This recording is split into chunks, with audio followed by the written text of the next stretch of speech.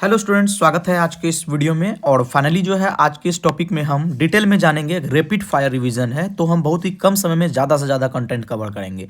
देखिए, partition of Bengal और स्वदेशी मूवमेंट काफ़ी महत्वपूर्ण टॉपिक है मॉडर्न हिस्ट्री का। 1905 में आपको स्वदेशी मूवमेंट देखने को मिला था। कईयों कारण थे और सबसे जो बड़ा कारण था बंगाल डिवीज़न के कारण ही स्वदेशी मूवमेंट का जन्म हुआ। असल में जो वाइसराव था वो था लॉर्ड कर्जन।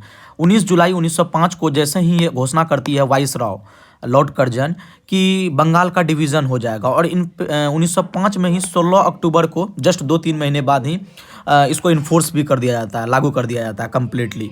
तो इससे क्या है ना कि कर्जन ने अपना एक तरीका से मतलब इंटेंशन पूरा किया डिवाइड एंड रूल का, ताकि जो असल मुद्दे कुछ और थे और इंटेंशन कुछ और था। तो हम डिटेल में बात करेंगे इसको लेकर, और जो इसका कारण था डिवाइड एंड रूल और रिएक्शन क्या हुआ कि इसका रिजल्ट यानी रिएक्शन बायकॉट और स्वदेशी मूवमेंट देखने को मिला। 1905 का क्राइसिस कई चीज़ों में महत्वपूर्ण है, जैसे कि 1907 में जो 1907 में सूरत स्प्लिट हुआ और 1909 का सेपरेट इलेक्टोरेट।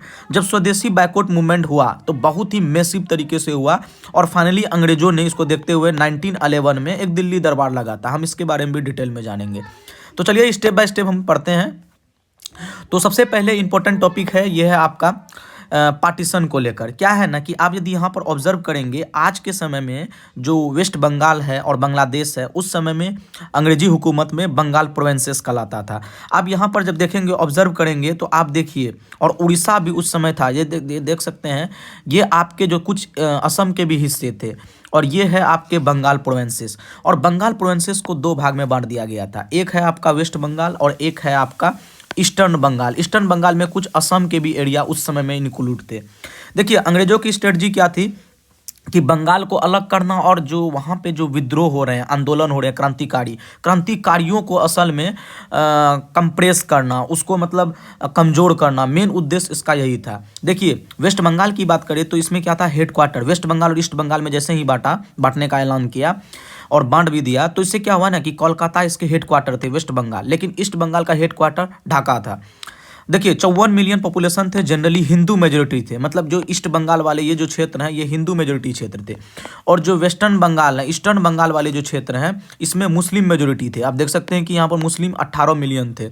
देखिए, ईस्टर्न बंगाल को, वेस्टर्न बंगाल को तो बांटा गया, ये जो हिंदू मेजोरिटी वाले क्षेत्र हैं इनको तो बांटा गया, और इनमें भी हिंदुओं को बांटा गया लिंग्विस्टिक के आधार पर। हिंदी बोलने वाले बंगाली और उड़िया बोलने वाले जो आज के समय में उड़ीसा में पाए जाते हैं, तो इसको भी बांट दिया गया। मतलब बेहतरीन गेम प्लान किया। असल में इसका स्ट्रेटजी क्लियर कट था। देख सकते हैं कि मुस्लिम मेजोरिटी जो प्रोविंसेस है, उससे क्या होगा कि जो विद्रोह जो है, राष्ट्रीय जो विद्रोह हो रहा, राष्ट्रवादियों को कमज़ोर कर दे सके, इसके लिए स्पेशली काम किया गया था। तो काफ़ी महत्वपूर्ण है और हम डिटेल में इसको देखेंगे कि स्ट्रेटजी असल में आप देखिए इसका इंटेंशन क्या है। जब आप यहाँ पर देखेंगे ना तो एक चीज़ कॉमन पाएंगे। उन्होंने क्या बताया, अंग्रेजों ने बताया कि एडमिनिस्ट्रेटिव कारण है, बट असल में रियल मोटिव क्या था, पॉलिटिकल कारण।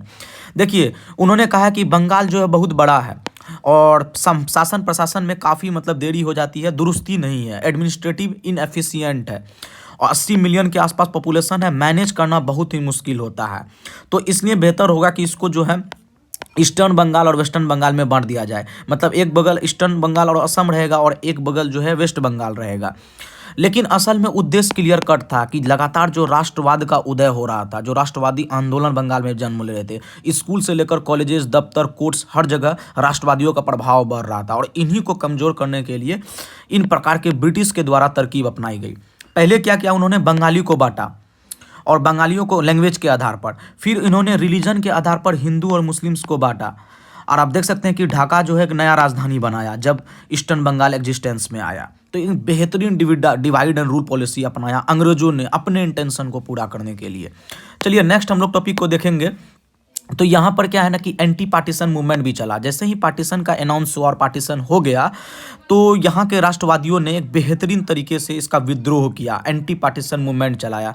देखिए, जुलाई 1905 में प्रोटेस्ट का शुरुआत हुआ और तरीके अपनाए गए पेटिशंस को लेकर। कोर्ट्स में पेटिशन फाइल किए गए, पैम्फलेट्स बांटे गए, पोस्टर्स, बैनर पोस्टर्स के जरिए, न्यूज़पेपर्स के जरिए, इन चीज़ों के जरिए जो जितना हो सके इसका विद्रोह किया गया। रक्षाबंधन जैसे हिंदू मुस्लिम यूनिटी जैसे पर्व मनाए गए।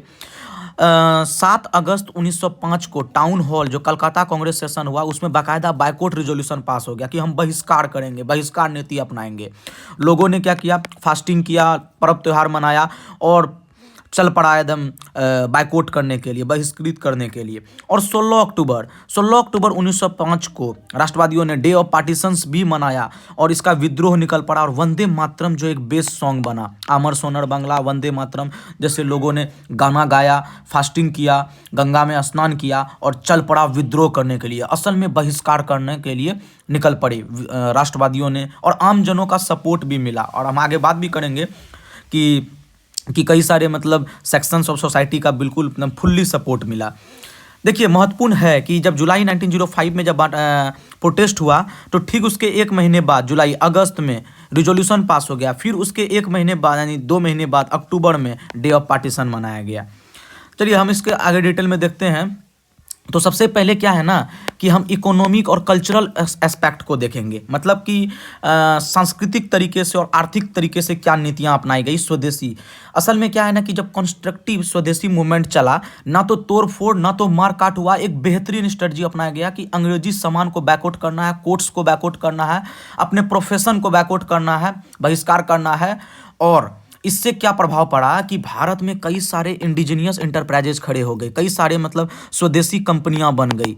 और स्वदेशी कंपनी में जो प्रमुख कंपनी है, आप देख सकते हैं कि कई जगहों पर टेक्सटाइल मिल खुले, सॉप फैक्ट्री का इस्टेब्लिशमेंट हुआ, इंश्योरेंस फैक्ट्रीज ओपन किए गए। और सबसे बड़ी बात है कि आचार्य पीसी राय जो बंगाल से आते हैं, उन्होंने बंगाल में ही बंगाल केमिकल स्वदेश स्टोर नामक जो है स्थापित किया, बंगाल केमिकल स्वदेशी स्टोर। जब हम तमिलनाडु की बात करेंगे तो चिदम्बरम पिलाई जो है, तूतीकोरिन जो एक बंदरगाह है तमिलनाडु में, वहाँ पर स्वदेशी कंपनी स्टीम नेविगेशन कंपनी का इस्टेब्लिशमेंट कर दिया। देखिए राष्ट्र मतलब शिक्षा के क्षेत्रों में भी जो है स्वदेशी बैकवर्ड मूवमेंट का असर दिखा। राष्ट्रवादियों ने क्या किया कि नेशनल काउंसिल ऑफ एजुकेशन का इस्टेब्लिशमेंट किया और विद्यार्थियों का भी अच्छा सपोर्ट मिला। बंगाल नेशनल कॉलेज का इस्टेब्लिशमेंट किया राष्ट्रवादियों ने, और ताकि मतलब बहिष्कार कर सके अंग्रेजी जो शिक्षा नीति है।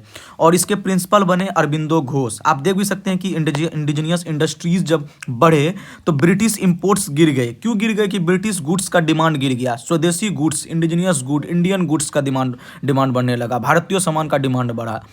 देखिए इससे क्या हुआ कि आगे चल के जो है मॉडरेटर और एक्सट्रीमिस्ट के बीच में एक इंटर कॉन्फ्लिक्ट भी देखने को मिला और वजह रहा 1907 का जो है सूरत स्प्लिट। इससे पहले हम लोग ये देखते हैं कि मॉडरेटर, जब हम मॉडरेटर की बात करेंगे, एक्सट्रीमिस्ट की बात करेंगे, तो आगे जो है देश की नेतृत्व कौन करेगा, आंदोलन की नेतृत्व कौन करेगा, मॉडरेटर या एक्सट्रीमिस्ट या दोनों मिलकर। इन्हीं चीज़ों को लेकर एक तीखी बहस शुरू हो गई। 1903 और 5 के दशक में मॉडरेटर्स के लीडर बने सुरेंद्र नाथ बनर्जी, के मित्रा और गोखले।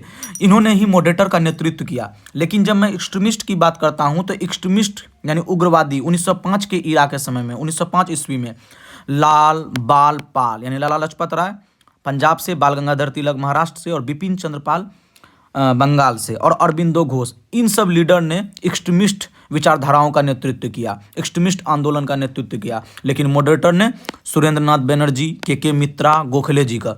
देखिए जब हम मेथड की बात करते हैं तो मॉडरेटर का जो मेथड था और जो एक्सट्रीमिस्ट का मेथड था उग्रवादियों का, दोनों का अलग था। मॉडरेटर ने पीपीपी मेथड को अपनाया था, प्रेयर, पेटिशंस और मेमोरेंडम, या यूं कहे कि प्रोटेस्ट, कि हम पेटिशन फाइल करेंगे, प्रेयर करेंगे, विनती करेंगे, प्रोटेस्ट करेंगे यदि हमारे नीति और हमारे अधिकार से वंचित किया जाता है अंग्रेजों के अगेंस्ट। मॉडरेटर का कहना था। लेकिन एक्सट्रीमिस्ट लोगों ने क्या किया, नॉन कॉपरेशन की नीति अपनाई। हम अंग्रेजों को सहयोग ही नहीं करेंगे, हम क्या करेंगे, विरोध करेंगे अंग्रेजों का। इस प्रकार का नीति अपनाया गया। देखिए असर क्या हुआ ना कि जो मॉडरेटर के द्वारा जो मूवमेंट चलाया गया ये बंगाल तक ही सीमित रहा, लेकिन एक्सट्रीमिस्ट लोगों का मूवमेंट जो है पूरे ऑल ओवर इंडिया तक फैला।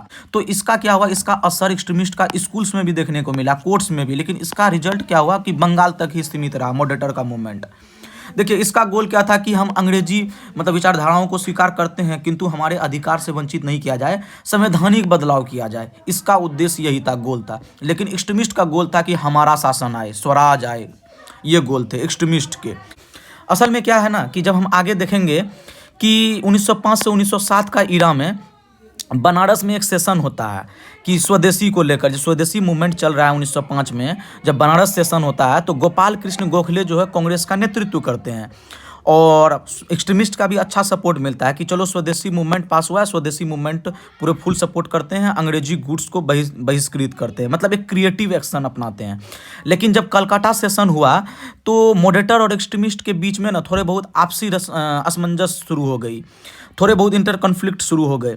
तो मॉडरेटर ये चाहता था कि हमारे नेता मतलब कांग्रेस का नेतृत्व करे, एक्सट्रीमिस्ट ये चाहता था कि हमारे लीडर कांग्रेस का नेतृत्व करे। तो प्रेसिडेंसी को लेकर इंटर कॉन्फ्लिक्ट हुआ, लेकिन मॉडरेटर लोगों ने एक बड़ा अच्छा सा गेम प्लान किया।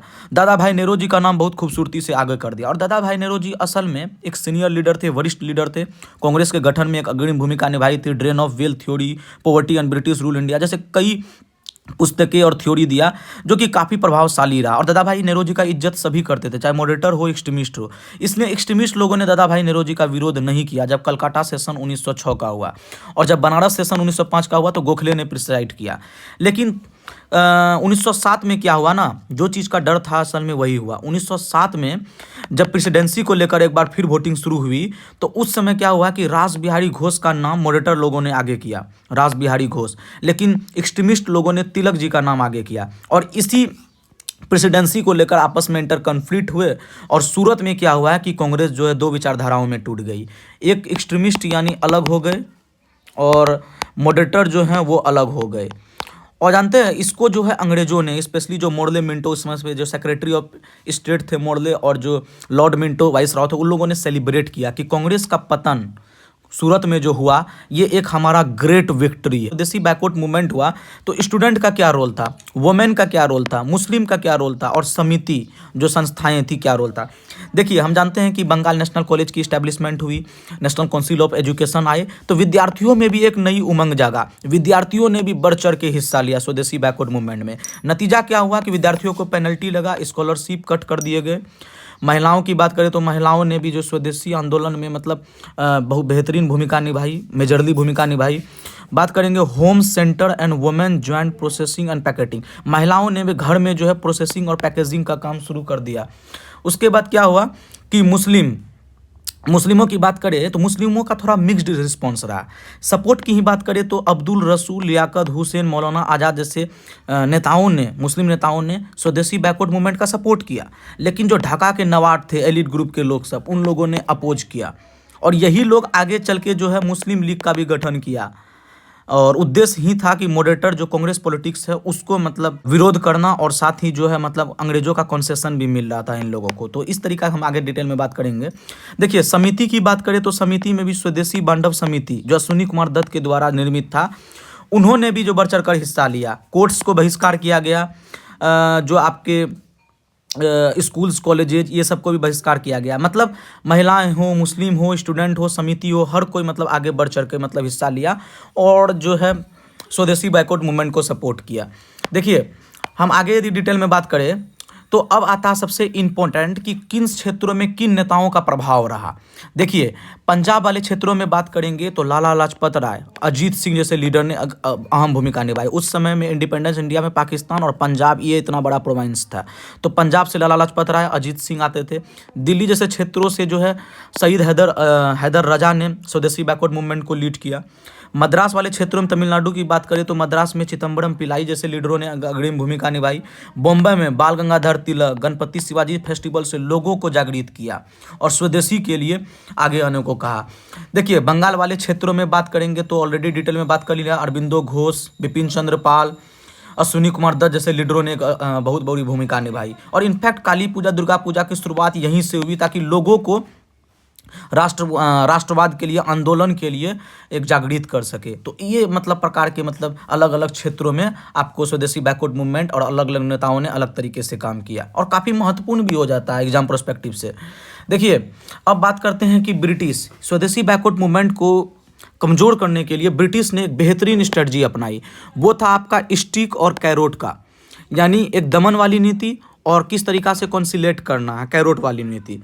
कॉन्सिलेट करने के लिए उन्होंने अलग अलग कानून लाए और दमनकारी नीति के लिए भी अलग अलग कानून और अलग अलग तरीका हथकंडे अपनाए गए, जिनमें से एक है राजद्रोह कानून लाया 1907 में, सेडिशियस मीटिंग एक्ट, न्यूज़पेपर पर पूरे तरीक़ा से प्रतिबंध लगा दिया कानून के तहत 1908 में।